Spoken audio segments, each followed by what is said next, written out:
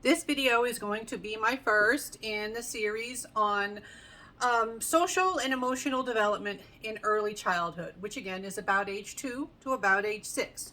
So when we're talking about emotions and social development, one really key skill to develop during this time is emotion regulation.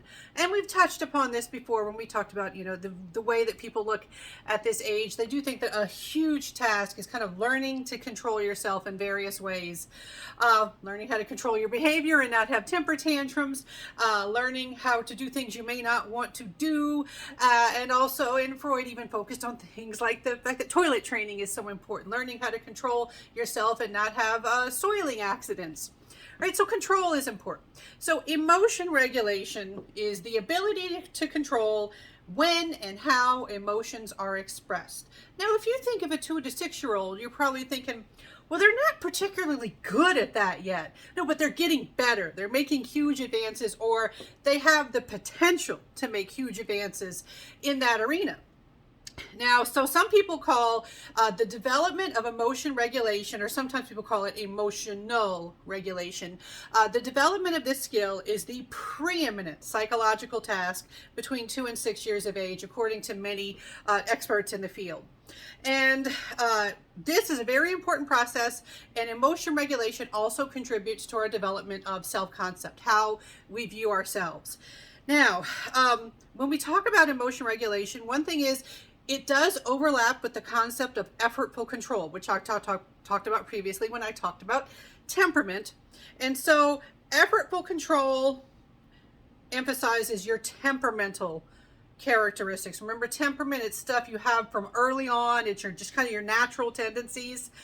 With emotion regulation also emphasizes cognitive aspects, thinking and understanding, all right? So it kind of envelops effortful control. So emotion regulation is going to reflect your effortful control, but it also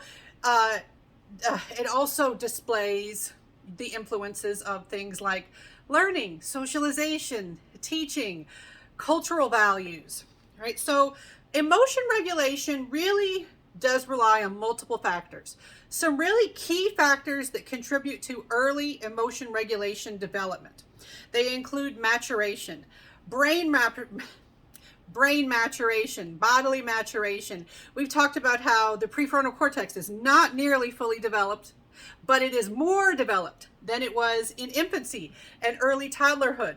And so now that prefrontal cortex is starting to become more mature, and so you become capable of exerting more control, more impulse control, more anticipation and planning of what will happen if I do this. Also, people step in and they can teach you about your emotions. Some people who study emotion regulation, they'll have this important concept of socialization of emotion regulation. The people around you, what are they teaching about your emotions? What are they teaching you to do with your emotions when they come out and they're evident and perhaps they're very powerful? You have situations where one person may be like, don't show that emotion ever. Other people may encourage you to express your emotions. Some people may label your emotions. Some people may dismiss them or ignore them altogether.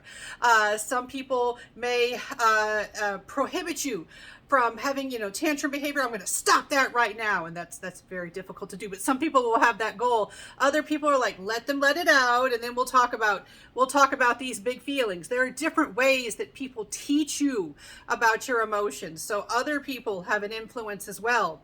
And then your own family and also cultural values. Some cultures have different norms about how much emotion you should show, which emotions are acceptable, when should you show emotions, can you lose control of your emotions? So all of these factors come together to influence this development of emotion regulation, and many agree emotion regulation, it's really a very critical skill to develop during this time.